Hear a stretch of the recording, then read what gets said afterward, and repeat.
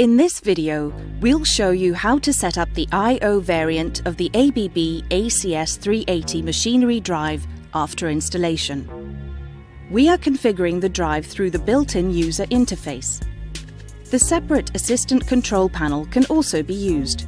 Please see the manual for instructions. Let's get started. When powered on for the first time, the system of units for the drive needs to be selected. Select the desired unit configuration. Next, press the OK button in the upper right corner to access the main menu and navigate to the motor data view. Set the motor type. The ACS380 machinery drive supports induction motors, permanent magnet motors, and synchronous reluctance motors. The ACS380 supports scalar and vector control modes. Select Vector Control. When using vector control, the drive needs to do an ID run for the motor. This is indicated by a warning when selecting the vector control.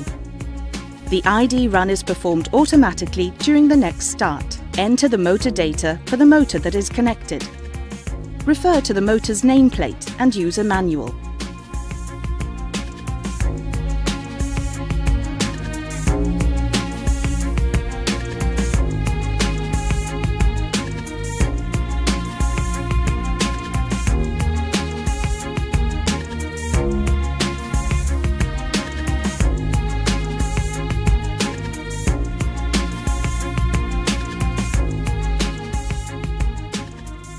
Next, return to the main menu.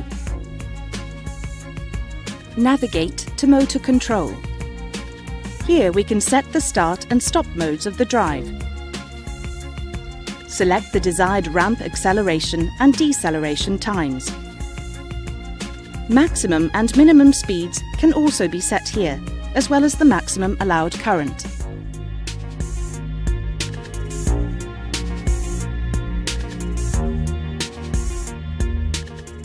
Now let's configure how the drive is controlled. The ACS380 has application macros, which are pre-programmed sets of parameters suitable for different applications. Navigate to the main menu and scroll to the control macros. The macros available depend on the options currently connected to the drive. In this example, we are using the standard variant. Next, we select the application macro for the drive. For this video, we are using the ABB standard macro. Refer to the firmware manual for more information on different macros. At the next startup, drive performs an automatic ID run.